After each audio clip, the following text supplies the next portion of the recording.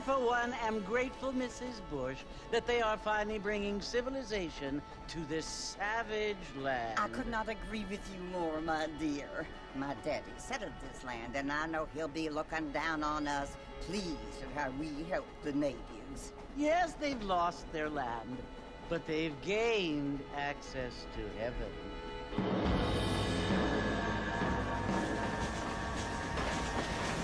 But, Father, do you mean unless an innocent receives communion, they're destined to go to hell? That hardly seems fair. What I mean to say, Jenny, is that there is a great deal of difference between an innocent and a savage. I never thought of it that way.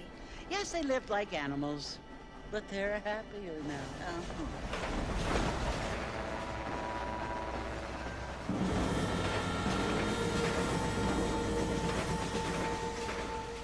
Not only do people now have motor cars, Father, but I heard that pretty soon we will be able to fly. No, only angels can fly, Jenny. No, apparently people can fly.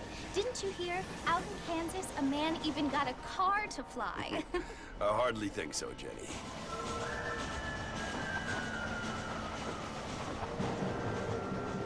Apparently, Mr. Johns wants to run for governor, which is why he's so concerned with cleaning up the state. Nate Johns. Yes. His family is nothing but hillbilly trash that came here after the war. I don't want to be judgmental, but this state should not be ruled by such a disgusting family. A family without class. Apparently. The Johns family have made a lot of money, and he has a lot of friends in politics. Mrs. Bush, money isn't everything. There are many things that money cannot buy. It seems that money can buy voters, though.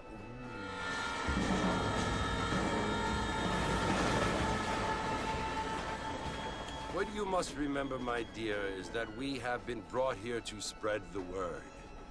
And the word and civilization, they are the same thing. They are the gifts. It is the opportunity we have, the chance to live among people who are decent and who do not kill each other, and who let you worship in peace. It's so confusing, Father. Sometimes I find it impossible to make the distinction between a loving act and a hateful one. I mean, they often seem to be the same thing. Yes, Jenny, it is confusing. But you only have to ask me if you need help. Indeed. Well, here we are, Mrs. Bush. Armadillo.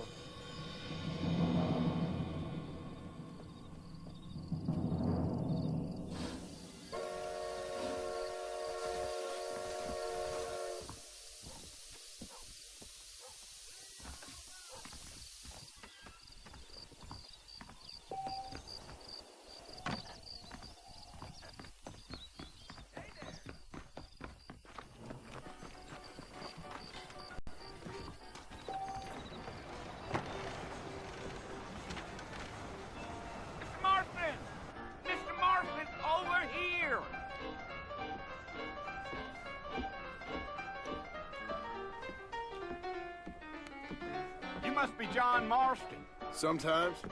I'm Jake. Your friends from Blackwater hired me to guide you. They ain't my friends, but pleased to meet you, Jake. I got the horses saddled up and ready out front.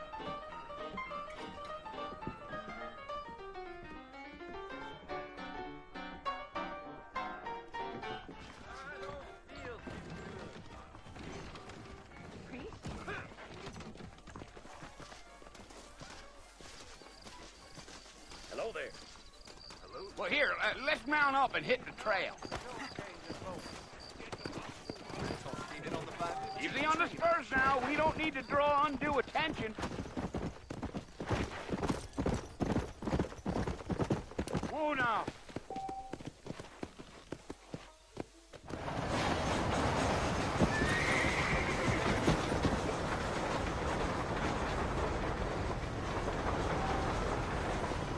Fort Mercy you want to visit? That's right. Ain't taking nobody up to the fort in a long time. Strange place for a decent fella to want to visit, if you don't mind me saying. Who said I was a decent fella? It's been abandoned for years now. Folks say it was built during the Mexican War. What kinds of soldiers around back then? Why'd they leave? Well, I ain't entirely sure. I heard they had to go up north to fight Indians, or maybe they got tired of being soldiers and went looking for gold.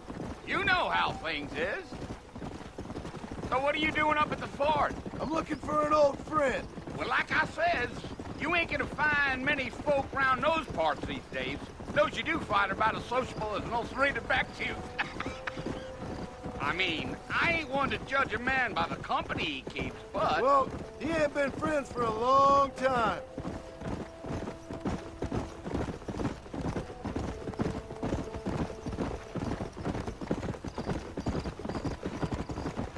Yeah.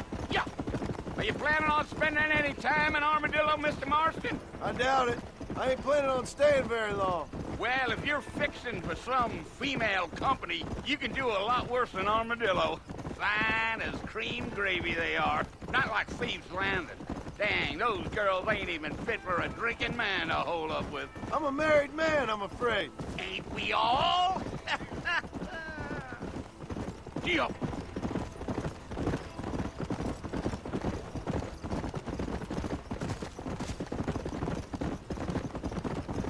Yeah, so it was the marshal who hired me. Lee Johnson, do you know him? I think I heard his name. Says he got a telegram from some Blackwater big bugs asking for a guide. I guess it's none of my business. That's right.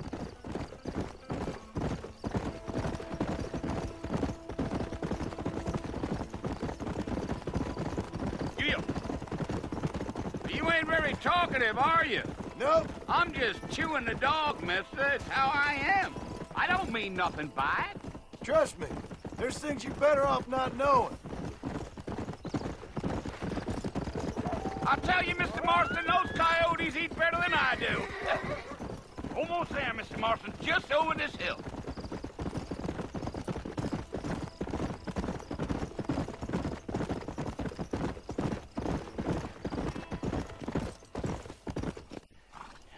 Listen, mister. This here is what's left of Fort Mercer. Some gang rode in and took the place over. So I understand. This is where we part ways, friend. You have yourself a good time.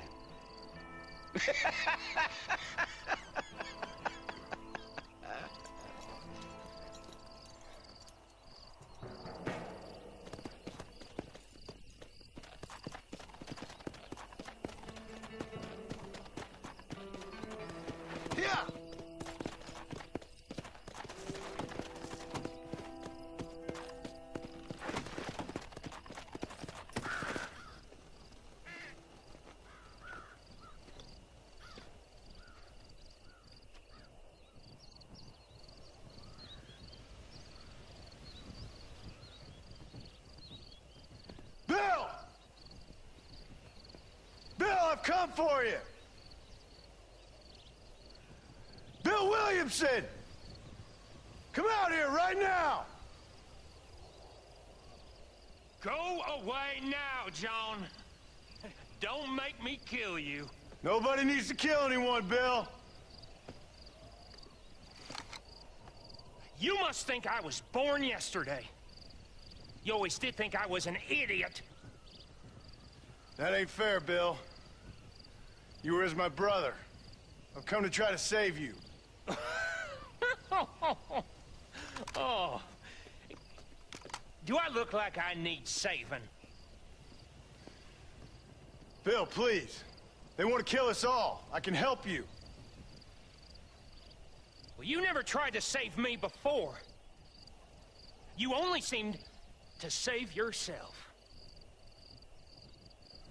Bill, I implore you think about this. You implore me? You implore me. You always were one for fancy words.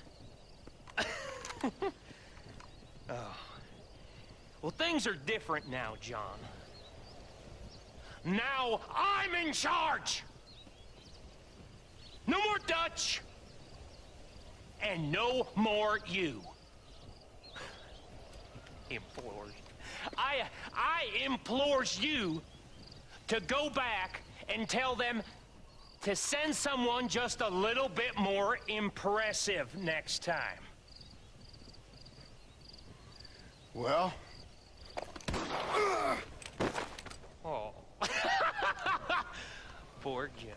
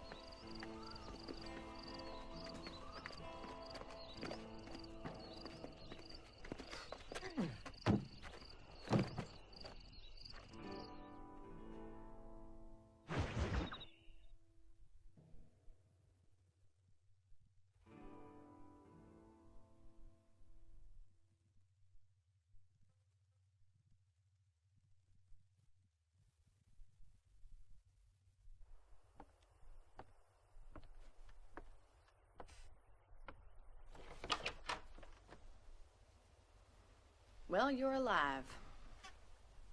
So it would seem. So, how do you feel? I don't know the polite word for it. I do. Stupid is the word we use around here. What were you doing? I was doing something stupid. Well, you'll be okay. Once you didn't die, the doctor said you'd be fine. He got the bullets out a couple days ago. Good. It cost us $15. I'm sorry, madam. Should have left me there to die. Did you want to die? I mean, was that it? Was that why you went straight out to Fort Mercer and picked a fight with the worst bandit in the county? To die, Mr. Mr. Marston. John Marston. Bonnie McFarland. Miss Bonnie McFarland. Well, you may be right, Miss McFarland. I don't know. Huh. So what were you doing? Trying to give Mr. Williamson a chance. For old time's sake. You know Bill Williamson? Knew him. Long time ago. Well, what was he like? Dumb. Just like you. Thank you, miss. See my hat? I have. And, what will you do now? Now I'm gonna take my time and go after him the less kind way. Well, that sounds very fun, Mr. Marston. Quite heroic, just like in those penny dreadfuls my brother used to read. Meanwhile, if you'll excuse me, I've got a ranch to run. Of course, if you're feeling better, why not take a ride with me later and help me patrol the perimeter? You can earn back some of that money we wasted on doctor's bills. Of course.